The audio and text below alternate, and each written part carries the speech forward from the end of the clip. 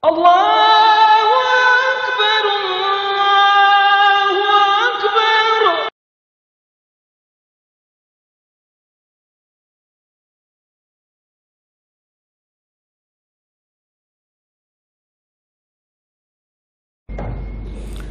Bismillahirrahmanirrahim. Assalamualaikum warahmatullahi wabarakatuh. Alhamdulillahirabbil alamin. Wassalatu wassalamu ala asyrafil anbiya'i wal mursalin Sayyidina Muhammadin sallallahu alaihi wasallam wa ala alihi wa sahbihi wa man ihtada bihadihi wastanna bisunnati ila yaumiddin. Alaika tawakkalna wa ilaika anabna wa ilaikal masir. Alaika tawakkalna wa ilaika anabna wa ilaikal masir. Amma ba'd. Alhamdulillah, muslimin dan muslimat yang dirahmati Allah Subhanahu wa taala sekalian. Pertama sekali sama-sama kita bersyukur pada Allah Subhanahu wa taala pada pagi ini. Alhamdulillah kita dapat bersama di Masjid Allah Subhanahu wa taala. Pagi adalah masa yang dikatakan penuh keberkatan daripada Allah Subhanahu wa taala. Rasulullah sallallahu alaihi wasallam pernah berdoa kepada Allah Ta'ala, Allahumma barik li ummati fi bukuriha. Ya Allah, berkatilah umat aku di pagi-pagi mereka. Dan kata lain tuan-tuan semua, waktu pagi adalah waktu yang penuh dengan keberkatan daripada Allah Subhanahu wa taala. Apatah lagi kita dapat isi waktu pagi dengan ketaatan beribadat kepada Allah Subhanahu wa taala, solatnya, zikirnya, berada dalam majlis ilmu. Ini semua adalah pengisian, semua adalah untuk mendapat keberkatan daripada Allah Subhanahu wa taala. InsyaAllah tuan-tuan semua, pada hari ini saya nak bawa satu hadis yang berkaitan dengan zikir semasa sakit. Tuan-tuan semua, zikir ini sebahagian daripada amalan yang diajar oleh Nabi sallallahu alaihi wasallam kepada kita. InsyaAllah sebelum saya masuk pada hadis saya nak bincang pada pagi ini, saya nak sebut secara umum sikit tentang fadilah ataupun kelebihan zikir kepada Allah Subhanahu wa taala. Tuan-tuan semua, zikir ini adalah petanda ingatan kita ataupun ikatan hubungan kita dengan Allah Subhanahu wa taala. Biasanya kalau kita rapat satu-satu orang, kita akan sebut seumur, kita akan perkatakan seumur tentang diri dia. Begitulah tuan-tuan semua, di antara tanda kita dekat, kita rapat dengan Allah Subhanahu wa taala ialah antaranya kita sentiasa zikir ataupun kata lain ingat kepada Allah Subhanahu wa taala dalam bentuk yang berbagai-bagai lah tuan-tuan semua. Kalau bab zikir ni, kalau kita bincang bab zikir ni ada dua jenis. Pertama sekali kita panggil zikir am, yang kedua kita panggil zikir khas. Zikir am adalah ibadat-ibadat yang kita buat, sama ada puasa ke semaya ke sebagai itu, kita panggil zikir umum, ingatan kita kepada Allah Subhanahu wa taala. Dan kata lain, ketaatan kita dalam bentuk yang berbagai-bagai, semaya ke apa semua ke, itu termasuk dalam kategori yang disebut sebagai zikir. Yang kedua pula ialah dipanggil zikir khas, iaitu zikir-zikir lafaz-lafaz yang diajar oleh Rasulullah sallallahu alaihi wasallam. InsyaAllah kita akan perkatakan pada pagi ini satu daripada zikir yang diajar oleh Nabi sallallahu alaihi wasallam semasa kita berada dalam kesakitan. Zikir tuan-tuan semua, kalau kita perhati kepada Al-Quranul Karim tentang kemuliaan zikir ini, di antara ayat yang Allah Subhanahu wa taala sebut ialah wa dzikrullahi akbar. Maknanya ingatlah ingatlah kepada Allah Subhanahu wa taala. Kata lain, wa dzikrullahi akbar, maknanya Allah Subhanahu wa taala lah yang afdal segala-galanya. Kata lain, makna tuan-tuan semua, zikir di antara amalan yang paling afdal kita dengan Allah Subhanahu wa taala. Kemudian dalam ayat yang lain Allah Subhanahu wa taala sebut fadhkuruni azkurkum.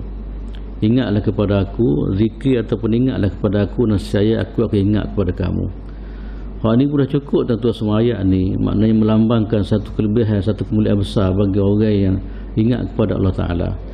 Fazkuruni, Allah Taala sebutlah kepada aku, Nabi kata zikirlah kepada aku, ingatlah kepada aku, azkurkum, nescaya aku akan ingat kepada kamu. Allah Taala ingat kita ni tuan-tuan semua dalam bentuk Allah Taala akan jaga kita, Allah Taala akan rahmati kita, Allah Subhanahu wa taala akan beri pertolongan kepada kita.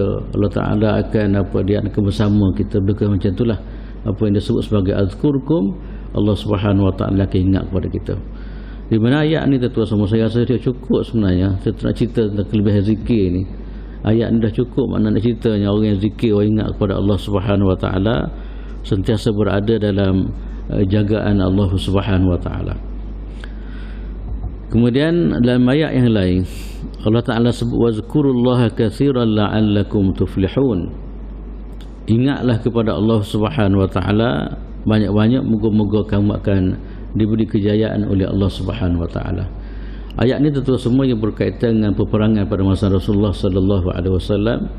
Rasulullah dia bagi, Allah Ta'ala dia bagi beberapa tip, beberapa kunci bagaimana untuk dapat kemenangan dalam perjuangan, dalam jihad dan sebagainya. Maka di antara yang disebut oleh Allah Ta'ala ialah wazkurullaha katsiran. Ingatlah betul-betul kepada Allah Subhanahu wa taala dan perjuangkan agama Allah Ta'ala dalam berjihad dan sebagainya. Banyaklah ingat kepada Allah Subhanahu wa taala, la'allakum tuflihun, kamu akan diberi kejayaan oleh Allah Subhanahu wa taala.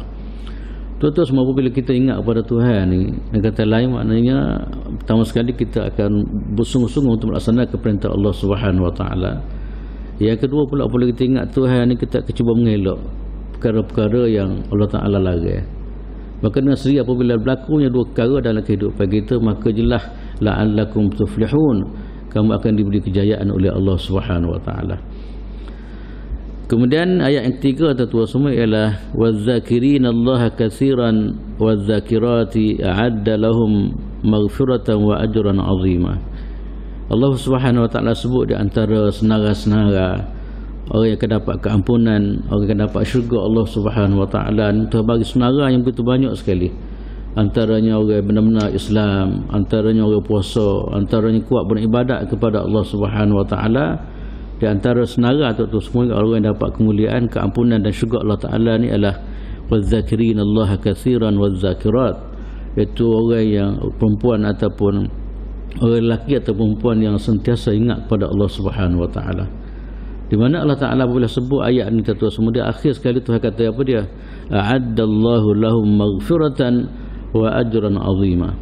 Orang yang banyak zikir, orang yang sentiasa zikir kepada Allah Subhanahu wa taala, tak kiralah siapa, orang tu orang lelaki ke, orang tu orang perempuan ke, sebab dalam Islam dia tak boleh kasih. Orang Islam dia tidak ada beza di antara lelaki dan perempuan semana agama-agama lain. Sengaja ada agama lain tuan semua, kadang-kadang dia beza di antara apa dia ni, orang pun dia tak bawah dari segi darjat. Tapi dari Islam marinya Rasulullah sallallahu alaihi wasallam dia cuba samakan, tak kira orang pun lelaki, kalau benar-benar taat kepada Allah Subhanahu wa taala, itu adalah orang yang lebih. Kalau tu perhati dalam masa jahiliah, ya, kita dapati di mana orang puan ni antara golongan yang memang rendah sangat diletak oleh dia orang.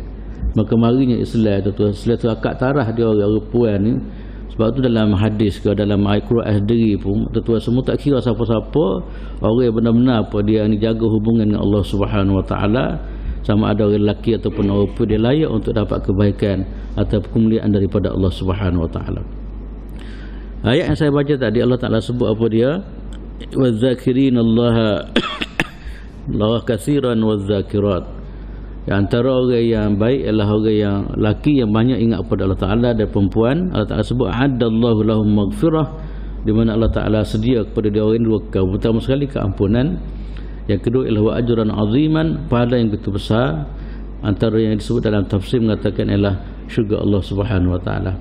Begitulah tuan-tuan semua, di antara pulangan ataupun faedah yang begitu besar bagi orang yang ingat kepada Tuhan, sama ada ingat dalam bentuk umum saya sebut tadi, kedua ialah ingat dalam bentuk zikir kepada Allah Subhanahu wa taala, hati dia zikir dan perbuatan dan sebagainya, maka orang ini layak untuk dapat keampunan dan syurga daripada Allah Subhanahu wa taala.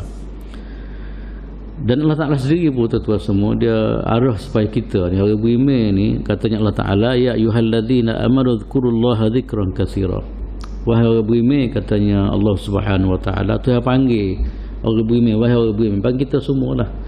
Wahai orang beriman, uzkurullaha katsiran, uzkurullaha dzikran katsiran, ingatlah, perbanyakkan ingatan kepada Allah Subhanahu wa taala. Itulah tuan-tuan semua di antara ayat Quran yang saya pilih nak cerita bahawasanya besarnya nilai orang-orang yang dapat apa dia ni, dapat mengingati Allah Subhanahu wa taala ataupun disebut sebagai zikrullah, zikir kepada Allah. Di sana ada satu hadis Nabi sallallahu alaihi wasallam yang disebut oleh Abu Hurairah radhiyallahu taala anhu. Abu Hurairah dia ambil satu hadis daripada Nabi sallallahu alaihi wasallam, dan tuan semua menggambarkan bagaimana mulianya orang yang berzikir di hari akhirat. Dari akhirat ni tuan semua, apa dia ni, di sana ada golongan yang diutamakan oleh Allah Subhanahu wa taala. Sebab tu dah hatta dalam kehidupan dunia pun orang antara ranking kadang-kadang orang ni diutamakan, kemudian nombor 2, nombor 3 dan sebagainya. Maka ada riwayat mengatakan bahawa di antara orang yang diutamakan untuk dapat habuan ataupun kebaikan daripada Allah Subhanahu wa taala ialah orang yang zikir kepada Tuhan. Dalam satu riwayat Nabi sallallahu alaihi wasallam mengatakan sabaqal mufarridun. Qalu wa mal mufarridun ya Rasulullah? Qala az-zakiruna Allah katsiran waz-zakirat. Satu masa Nabi sallallahu alaihi wasallam dia bagi semangat kepada para sahabat radhiyallahu taala. Nabi yang tua semua dalam ajaran Nabi ataupun dalam pengajaran Nabi, Nabi sentiasa bagi motivasi, bagi semangat semua supaya apa dia ni, sahabat-sahabat ni ataupun kita semualah supaya sentiasa apa dia ni memelihara kebaikan ataupun sentiasa berlomba untuk buat kebajikan. Ini kaedah pengajaran yang dibawa oleh Nabi sallallahu alaihi wasallam, sentiasa bagi motivasi dan cakna kepada umat supaya umat maknanya dapat kebaikan daripada Allah Subhanahu wa taala. Ini kerja-kerja Rasulullah sallallahu alaihi wasallam tuan-tuan semua, kan, di samping dia berdakwah, kemudian masa yang sama ialah sentiasa bagi motivasi supaya apa dia ni kejar kebajikan, kejar kebaikan yang akan disedia oleh Allah Subhanahu wa taala khususnya di akhirat. Dalam hadis ini Nabi kata sabaqal mufarridun. Nabi buat satu kenyataan, Nabi kata sabaqal mufarridun. Maknanya mendahului kebaikan di hari akhirat ialah al-mufarridun. Para sahabat radhiyallahu taala tak faham apa dia al-mufarridun. Ceritanya tuan-tuan semua kadang-kadang sengah-sengah istilah hatta sama-sama Arab pun tak faham macam kita lah, kan. Apabila tuan-tuan semua sahabat ni tak faham apa yang diistilah oleh Nabi sallallahu alaihi wasallam sebagai mufarridun, maka dia kalangan orang pakat tanya Nabi lah. Tak faham siapakah yang mendahului dapat habuan daripada Allah Subhanahu wa taala, disebut istilah sebagai mufarridun. Maka para sahabat radhiyallahu taala kata dia, ya Rasulullah, wa mal mufarridun ya Rasulullah. Sahabat bertanya lalu Nabi sallallahu alaihi wasallam, ya Rasulullah, ya kita kena tanyalah tak faham gaponya. Kadang-kadang puak kita ni dia tak faham, lepas tu dia pakai jaja gitu lah. Ini satu benda yang bahaya dalam pengajian kita sebenarnya tuan. Pakai ikut dah. Okay. Dia ngaji kadang-kadang duduk jauh, kadang-kadang gitu dak. Kadang-kadang dia tak apa fahaman, lepas tu dia tak pun nak dengar, tak apa, tak tanya pula. Akhir sekali dia pun ijtihad diri, mana gitu atau boleh jadi gini. Tak. Maka sahabat radhiyallahu taala semua, sama-sama pula orang harap dia lain sikit. Dia memang dia panggil apa? Dia panggil orang suka berterus terang lah. Saya pengalaman kita duduk tanah Arab, orang Melayu kita tak faham gitulah, pakai senyap gitulah. Tapi orang Arab ni tu kalau dah dapat selalu gum selalu dia. Ini kelebihan daripada diri dia. Dia backing tapi dia mudah maaf. Kemudian yang kedua pula, dia orang ni memang dia panggil istilah Arab dia panggil sarahah, maknanya apa dia panggil tu teranglah fikir macam tu. Kita ni kadang-kadang gitu, gapo ustaz kata, lepas tu klik gitu pula, gapo ustaz kata, pakat tanya masing-masing pula kan. Padahal kita kira depan apa dia kita tanyanya. Gitu baik kan. Maka apa dia ni sahabat tanya wamal mufarridun ya Rasulullah. Ya Rasulullah, dia siapa yang dikatakan mufarridun? Ya Allah Ta'ala mendahului mereka untuk dapat kebajikan di hari akhirat. Maka Nabi sallallahu alaihi wasallam jawab, ialah az-zakiruna Allah katsiran waz-zakirat. Itu orang lelaki ataupun perempuan yang sentiasa mengingati Allah Subhanahu wa taala ataupun kita panggil zikir. Ini tuan-tuan semua beberapa ayat Quran ataupun hadis Nabi sallallahu alaihi wasallam yang kita bincang pada pagi ini. Nak ceritanya besar sangat nilai sebenarnya kalau kita tengok apa zikir ya apa dia ni akan diberi oleh Allah Subhanahu wa taala. Sebab kalau kita tengok dalam kitab kita hadis, ya banyak sebenarnya Rasulullah ajar zikir-zikir kepada kita yang sepatutnya kita baca kan dalam kehidupan kita. Cuma yang paling comel sekali tuan-tuan semua, seperti mana saya sebut semua, kalau doa pun yang paling comel sekali lah doa yang diajar oleh Nabi sallallahu alaihi wasallam Demikian zikir pun macam tu juga. Kalau boleh kita nak zikir yang memang zikir yang diajak oleh Rasulullah sallallahu alaihi wasallam. Pak tu mana seperti saya sebutlah, pertama sekali zikir boleh pahala dah. Yang kedua, keterikatan kita dengan teks Nabi satu pahala yang lain pula. Yang kedua, pemilihan kalimah zikir yang dipilih oleh Nabi sallallahu alaihi wasallam satu kalimah yang tepat, kalimah yang mencakupi. Inilah kelebihan apa dia ni, kita hafal zikir-zikir yang diajak oleh Rasulullah sallallahu alaihi wasallam. InsyaAllah untuk malam ni, pagi ni saya nak bawa satu daripada zikir. Zikir ni mudah ya, tapi oleh kerana tak tahu kira gitu lah. Okay. Zikir terlalu mudah tapi besar nilai insya-Allah Subhanahu wa taala. Satu hadis Nabi sallallahu alaihi wasallam yang diriwayat oleh Imam Tirmizi, an Abi Sa'id Al-Khudri wa Abi Hurairah radhiyallahu taala anhuma أنهما شهدا على رسول الله صلى الله عليه وسلم أنه قال من قال لا إله إلا الله والله أكبر صدقه ربه فقال لا إله إلا أنا وأنا أكبر وإذا قال لا إله إلا الله وحده لا شريك له قال يقول لا إله إلا أنا وحدي لا شريك لي وإذا قال لا إله إلا الله له الملك وله الحمد قال لا إله إلا أنا لي الحمد ولي الملك وإذ قال لا إله إلا الله ولا حول ولا قوة إلا بالله قال لا إله إلا أنا ولا حول ولا قوة إلا بي وكان يقول من قالها في مرضه ثم مات lam tata'amhu an-naru, rawahu Tirmizi. Hadis ni tuan-tuan semua satu apa dia ni, satu nak cerita bagaimana caknanya Rasulullah SAW kepada umat ada siapa apa ni, ada zikir-zikir yang diajar khusus ni insya-Allah kita kata kat sini adalah pada masa dalam keadaan sakit. Ketika ada sakit kemudian mulianya orang yang baca doa ni, insya-Allah Allah Taala akan bagi kebaikan begitu banyak sekali. Tuan-tuan, dalam hadis ni disebut oleh Abu Sa'id dua orang perawi hadis ini. Pertama sekali ialah Abu Sa'id Al-Khudri radhiyallahu taala anhu, yang kedua ialah Abu Hurairah radhiyallahu taala meriwayatkan hadis ini. Tuan-tuan semua, sebelum saya pergi jauh lah seperti mana biasa, saya akan bawa cerita sikit tentang perawi hadis ini. Kebetulan hari ini dua orang, cuma saya akan tumpu kepada Abu Sa'id Al-Khudri yang jari-jari kita dengar. Yang biasanya kita Abu Hurairah tu banyak kali saya dah cerita. Tuan-tuan semua, Abu Sa'id Al-Khudri ini kita pun pernah dengar, banyak juga kita dengar adalah hadis-hadis yang kita baca. Abu Sa'id Al-Khudri kita baca, kita dengar orang baca banyak kali apa dia ni, nama-nama ni disebut dalam periwayatan hadis Rasulullah sallallahu alaihi wasallam. Abu Sa'id Al-Khudri ni tuan-tuan semua, dia nama dia sebenarnya adalah Malik bin Sinan. Malik bin Sinan, apa ni, Sa'ad bin Malik bin Sinan. Sa'ad bin Malik bin Sinan Al-Ansari Al-Khazraji. Nama dia sebenar tuan-tuan semua. Biasalah di kalangan sahabat ataupun di kalangan kita pun biasa kita akan kenal gelar tak, kita tak kenal kadang-kadang nama asal pun tak kenal kadang-kadang. Setengah-setengah orang kita pun tanya nama dah lekat nala tak kenal. Tak, dia kenal dengan nama panggilan ke apa sebagainya. Maka sahabat begitu juga tuan-tuan, ada di kalangan dia kita lah dengar dia dikenali dengan panggilan. Tengok Abu Sa'id Al-Khudri ni, kalau kita tanya ataupun Abu Hurairah diri pun kita dengar apa nama sebenar pun tak tahu. Kan?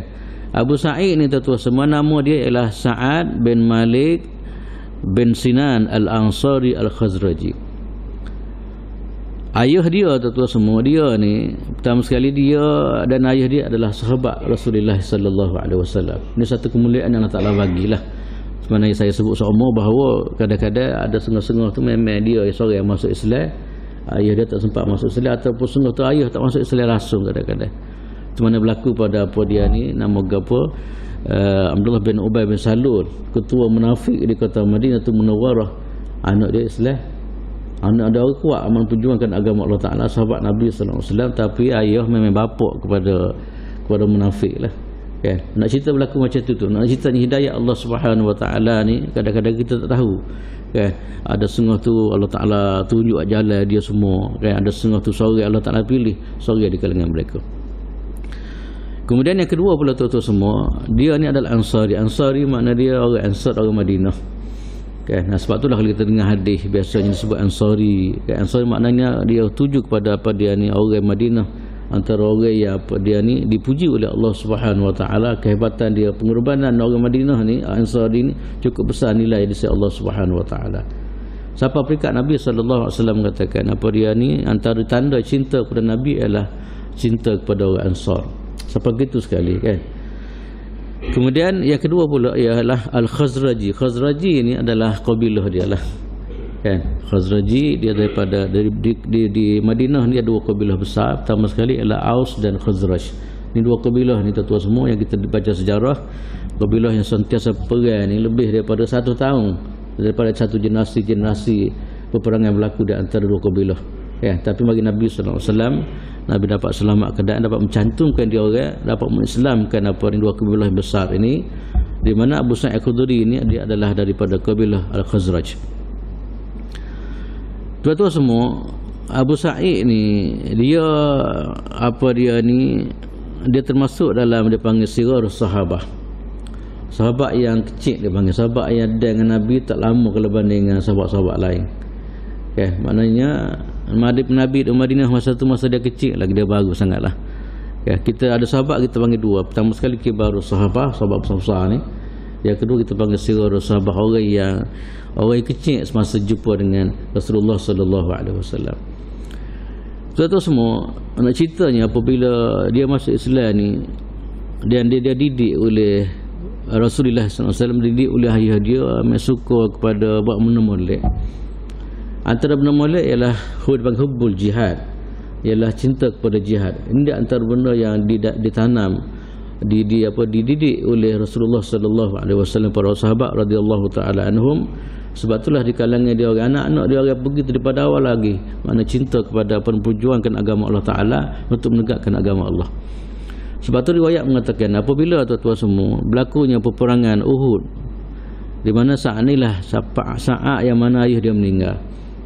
Masa tu umur dia tak sampai 15 tahun lagi lah. Mengikut riwayat mengatakan dia minta dengan Nabi sallallahu alaihi wasallam pergi perang Uhud juga bersama dengan ayah dia, tapi Nabi tak bagi. Oleh kerana masa tu masa dia umur tak cukup lagi. Tapi dalam peperangan ni lah tuan-tuan semua, Uhud ni yang berlaku pada tahun ketiga Hijrah, di mana ayah dia telah mati syahid di jalan perjuangan menegakkan agama Allah Subhanahu Wa Taala bersama-sama dengan sahabat-sahabat lain. Kemudian lepas daripada tu tuan-tuan semua, lepas daripada tu banyak dia sentiasa ikut bersama dalam perjuangan agama Allah Subhanahu Wa Taala. Oleh kerana dia tuan-tuan semua, oleh kerana ayah dia mati, dia masa tu memang dalam keadaan tak apa dia panggil, masih lagi muda. Boleh jadi masa tu sendiri dia keadaan miskin lah dia ni. Di kehidupan dia tak macam orang lain, kan. Kehidupan dia miskin. Siapa Afrika dikatakan dia termasuk dalam golongan Ashabus Suffah. Di Masjid Nabi tu ada beberapa golongan manusia dia kenali sebagai Ashabus Suffah, orang miskin yang wakaf hidup dia untuk Islam. Duduk di masjid dipimpin oleh Abu Hurairah radhiyallahu taala anhu. Bukan ketika sedekah ni.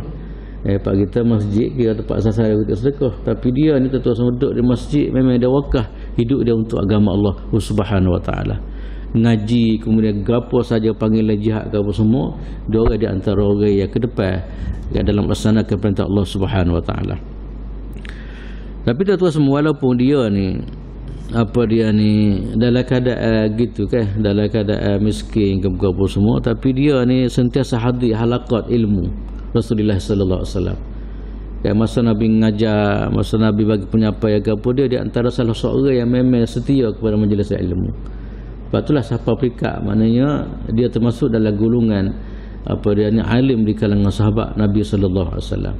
Dan saya pernah sebut pada tuan-tuan sebelum ni, di antara sahabat 7 orang yang dikenali sebagai al-muqthirina min riwayah, iaitu sahabat yang riwayat hadis lebih daripada 1000 hadis, antaranya adalah Abu Sa'id Al-Khudri radhiyallahu taala.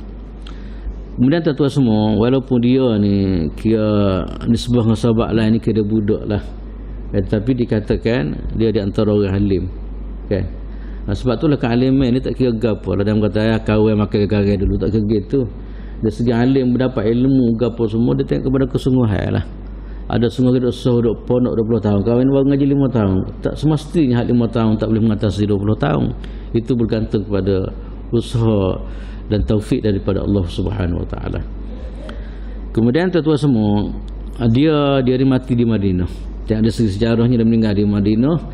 Mengikut riwayat mengatakan sebelum dia meninggal dunia, dia wasiat kepada anak dia nama Abdul Rahman, wasiat supaya dia ditanam di hujung Baqi, tapi di hujung-hujung sikit Baqi. Kalau kita pergi di Madinah ada kubur tepi kan, kubur Baqi dia panggil. Situ kerana negara Arab ni dia tak nama kita pun tahu duk mana kan. Cuma ada lah siapa-siapa biasa pergi, di sana ada setengah-setengah orang Arab tu dia tunjuk sini kan. Dia tak nama macam pak kita. Pak kita boleh tahu nama gapo kan. Di sana kadang-kadang kita dapat maklumat melalui setengah-setengah orang yang cerita dalam itulah. Yang penting saya nak sebut sini ialah dia Abu Sa'id Al-Khudri radhiyallahu taala adalah sahabat Nabi yang ditanam di kubur Baqi. Umur dia dia tak mati tahun 74 Hijrah, ada pandangan mengatakan tahun 64 Hijrah. Itulah khilaf di kalangan ahli sejarah bila dia meninggal. Ada pandangan mengatakan tahun 74 dan ada pandangan mengatakan mati pada tahun 64. Itu khilaf di kalangan ahli sejarah. Kita tu semua kita tengok hadis ni. Apa dia? Katanya annahu ma syahida ala Rasulillah sallallahu alaihi wasallam. Kedua-duanya Abu Sa'id dan Khudri ini, kedua orang ini dia masuk jumpa dengan Nabi sallallahu alaihi wasallam. Dia bersama dengan Nabi sallallahu alaihi wasallam di mana dia dengar Nabi sabda. Mana bukan dengan daripada orang lain. Dia sendiri dia dengar, dia saksi sendiri apa yang diperkatakan oleh Rasulullah sallallahu alaihi wasallam. Annahu qala, kata dia Nabi bersabda, man qala la ilaha illallah wa Allahu akbar wa saddaqahu rabbuhu faqala la ilaha illa ana wa ana akbar. Nabi sallallahu alaihi wasallam mengatakan siapa-siapa yang berkata la ilaha illallah wallahu akbar. Nabi kata siapa-siapa yang Allah Taala kata, dia kata la ilaha illallah wallahu akbar, saddaqahu rabb, Allah Taala aku kenyataan dia. Allah Ta'ala terima kenyataan dia kan. Dia ucap kalimah la ilaha illallah wallahu akbar, kemudian Tuhan jawab nak cerita zikir yang kita baca. Hatta Fatihah pun tuan-tuan semua kata dalam hadis, setiap kali kita baca alhamdulillah di sana ada jawapan daripada Allah Subhanahu wa taala. Cuma kita tak dengar lah. Dalam hadis sebut jelas tuan-tuan semua apa dia ni. Kalau kita baca Al-Quran daripada satu ayat Fatihah tu akan dijawab oleh Allah Subhanahu wa taala. Sebab tu kadang-kadang setengah-setengah dia tak galak kita baca sambung tu kan, sebab dia nak hayati apa yang dijawab oleh Allah Subhanahu wa taala. Kita sahur kalau boleh baca satu nafas, alhamdulillah sampai habis, hebat dia tu kan. Tapi orang dulu dia tak gitu kan, dia rasa sedap apabila dia rasa di sana ada jawapan daripada Allah Subhanahu wa taala. Sebab tu dia baca, sebab tu kaedah kita kalau boleh baca sosok lah, tapi tak salah tapi maknanya tak dia semayas tak ada gapo pun. Cuma dari segi afdhalnya kita tak so begitu.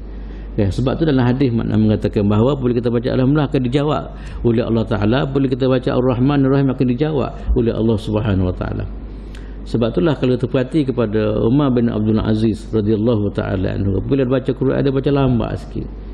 Lambat bukan masalah apa, dia rasa seronok dengan apa dia rasa di sana ada jawapan daripada Allah Subhanahu wa taala. Kita ni gitu, tak payah bersatu kan, ataupun gitu yalah. Kalau boleh makna satu nafas, kalau boleh 10 minit jadi seminit tu molek kan. Dia rasa maknanya di sana ada jawapan daripada Allah SWT. Macam ni juga Nabi kata, siapa-siapa yang kata la ilaha illallah wallahu akbar akan dijawab oleh Allah Subhanahu wa taala la ilaha illa ana wa ana akbar. Saya kata gitu. Apabila satu orang kata tiada Tuhan yang semua kecuali Allah Taala, Allah Taala yang maha besar kan. Ini kalimah tuan-tuan, zikir dalam bentuk maknanya kita nak kuat lagi tauhid kita. Zikir ada setengah zikir kadang ada tujuan dia untuk nak kemah lagi maknanya ketauhidan kita kepada Allah Subhanahu wa taala, iaitu la ilaha illallah Allahu akbar. Cuma buat kita ni kadang-kadang kalimah-kalimah gini dia ingat mengatik lah, tahlil lah. Jadi la ilaha illallah tuan-tuan semua kita boleh baca bila-bila masa kan. Tahlil ni lah, la ilaha illallah kita panggil tahlil. Cuma pak kita punya tahlil kan, maka pada mayat pada ni zikir pada masa malam pertama, malam kedua, malam ketiga lah. Sedangkan ucapan la ilaha illallah satu ucapan yang kita diajar supaya sebut semua kan. Dalam hadis ni tuan-tuan semua dia kata siapa yang kata la ilaha illallah wallahu akan dijawab oleh Tuhan. La ilaha illallah, la ilaha illa ana wa ana akbar. Tiada Tuhan kecuali engkau, aku, kata Nabi Allah Ta'ala, dan aku adalah yang maha besar, yang maha agung. Itu jawapan daripada Allah Subhanahu wa taala. Satu. Yang kedua kata Nabi, wa idza qala, apabila satu orang hamba tu dia kata apa dia? La ilaha illallah wahdahu la syarikalah. La ilaha illallah wahdahu la syarika. Dia kata hak tu ya, pendek. Dia kata hak tu ya. Tuan-tuan semua, kalimah ni sebenarnya banyak kita diajar. Lepas daripada semaya semaya Maghrib 10 kali kita diajar apa dia, la ilaha illallah wahdahu la syarikalah. Kemudian lepas daripada semaya subuh pun kita diajar la ilaha illallah wahdahu la syarikalah. Besar sangat tuan-tuan semua kalimah ni yang disebut dalam hadis Nabi sallallahu alaihi wasallam. Siapa-siapa yang baca apa dia lepas daripada solat Maghrib 10 kali, lepas daripada solat Isya subuh 10 kali, di sana berapa pulangan terkabul oleh Allah Taala. Dia sebagai azimat besar, sebagai penyelamat. Azimat kepada kita kan, tak perlu pakai ikat-ikat tekak ke pedok, pakai tu ya. Setiap kali waktu pagi kita apa dia ada sepah daripada astagfirullahalazim itu baca ni la ilaha illallah wahdahu la syarikalah 10 kali. Dia adalah azimat yang begitu besar. Allah Taala akan mengelak kita daripada berlakunya barang-barang tak molek pada hari itu. Tapi kita itulah kalau boleh terikat dengan bilangan yang Nabi ajar tu. Memang cok betul tuan-tuan semua, kadang-kadang apa dia banyak kali apa ke dia lah. Tapi Nabi ajar ada hikmah tu, Nabi ajar 33 kali zikir 33. Kalau benar tak ada hikmah, Rasulullah tak, kenapa Nabi sebut 33 kali? Kenapa Nabi sebut 10 kali dan sebagainya? Hak terikat, tak terikat tak apalah, kita ambil lah kan. Maknanya cuma apa dia kalau boleh cuba terikat dengan apa yang diajar oleh Nabi SAW. Macam kita zikir subhanallah kan. Subhanallah 33 kali, alhamdulillah 33 kali, Allah kuat 33 kali. Sebenarnya maknanya kena ceritanya kalau benda tu tak comel kat Nabi tak akan sebut dah. Apa Nabi sebut 33 maknanya barang itu adalah satu barang itu. Waktu setengah-setengah ulama kata macam anak koci belaka tapi dia ada bunga dia. Tak. Kalau lebih bunga dia tak boleh buka juga. Kalau ada tempat-tempat mana koci tu dia ada kena cukup bunga dia kalau boleh. Begitulah antara beberapa pandangan ulama tentang kenapa bilangan disebut oleh Rasulullah sallallahu alaihi wasallam. Okey. Wa idza qala la ilaha illallah wahdahu la syarikalah. Apabila satu orang itu berkata la ilaha illallah wahdahu la syarikalah, akan dijawab oleh Allah Subhanahu wa taala. Qala, ini Nabi kata, Nabi memang kecek tak bohong lah. Nabi kecek adalah wahyu daripada Allah Subhanahu wa taala. Maka Allah Taala akan jawab kan, la ilaha illallah, la ilaha illa ana wahdi la syarika li. Maka Tuhan akan jawab, Tuhan kata tiada Tuhan kecuali aku sahaja dan tidak ada syirik bagi aku kan. Tuhan kata gitu. Kemudian yang ketiga pula, wa idza qala la ilaha illallah lahul mulku wa lahul hamd. Apabila satu orang itu dia kata la ilaha illallah lahul mulku wa lahul hamd, maknanya dia bagi Allah lah segala pemerintahan, bagi Allah lah segala kepujian. Kita dalam doa ni tuan-tuan semua lebih kepada kita puji, kita mengagungkan Allah Subhanahu wa taala dalam bentuk berbagai-bagai. Tadi mengagungkan di segi apa maha segala-segalanya. Yang kedua ialah kita mengagungkan Allah Taala dari segi apa dia ni, kekuasaan dia. Kemudian pujian, tidak ada pujian yang paling hebat adalah kecuali pujian yang ada pada Allah Subhanahu wa taala. Kemudian apabila satu orang kata gitu, kemudian akan dijawab oleh Allah Subhanahu wa taala, la ilaha illallah ana li alhamdu waliyal mulku. Tuhan jawab. Kata la ilaha illa ana li alhamdu waliyal mulku. Okey. Kemudian yang berikut pula tuan-tuan semua, ni kadang-kadang ahlillah dia galik ni. Dia galik dah suka rasa seronok dengan apa dia ni, rasa di sana ada jawapan daripada Allah Subhanahu wa taala. Waktu kadang-kadang kita pernah dengar dulu kalau berzikir memang dia rasa sungguh. Kita ni sepatutnya ya. 4-5 ni pun sepatutnya 1000 sepatutnya. Kalau nak derah lah jadinya kan, kalau kapur tu memang derah jadi lah gitu ya lah, musim-musim gitu ya lah. Tapi nak cerita bagaimana tu dia syok, dia rasa apa zuknya dengan bacaan doa dia rasa di sana ada jawapan daripada Allah Subhanahu wa taala. Kemudian yang akhir sekali ialah wa idza qala la ilaha illallah wala haula wala quwata illa billah. Bila satu orang itu berkata la ilaha illallah wala haula wala quwata illa billah, juga akan dijawab oleh Allah Subhanahu wa taala. Tuhan jawabkan la ilaha illa ana wala haula wala quwata illa bi.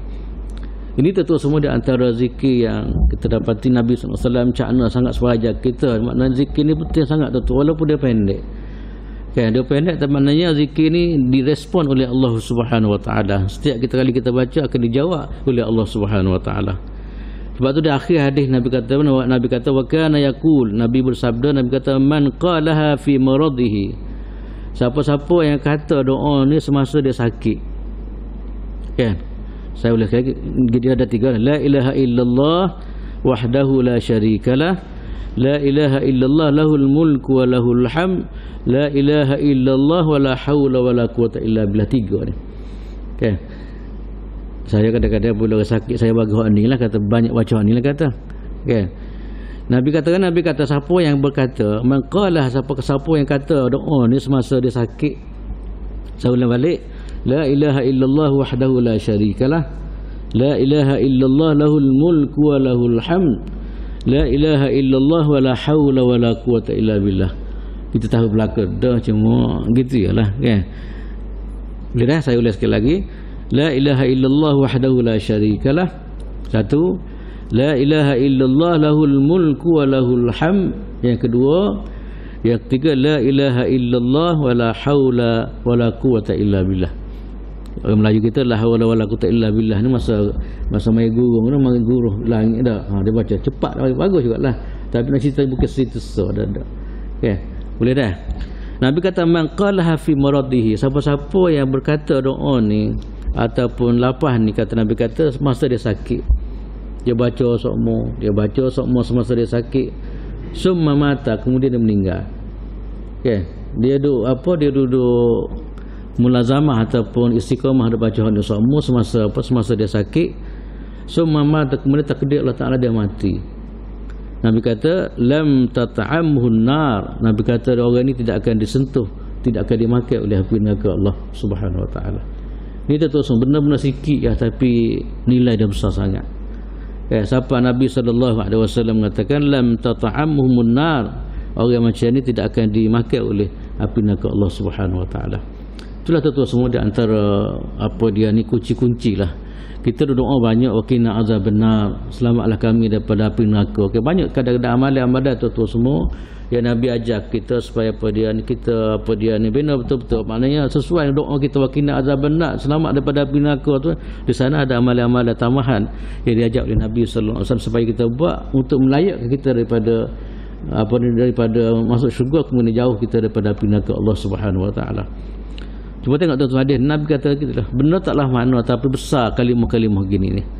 Kan? Nabi kata siapa-siapa yang berkata semasa dia sakit, man qalaha fi maradihi, siapa yang berkata apa dia ni 3 rangkap ni, 3 bentuk doa ni, iaitu la ilaha illallah wahdahu la syarikalah, la ilaha illallah lahul mulku wa lahul hamd, la ilaha illallah la wala haula wala quwata illa billah, semasa dia sakit.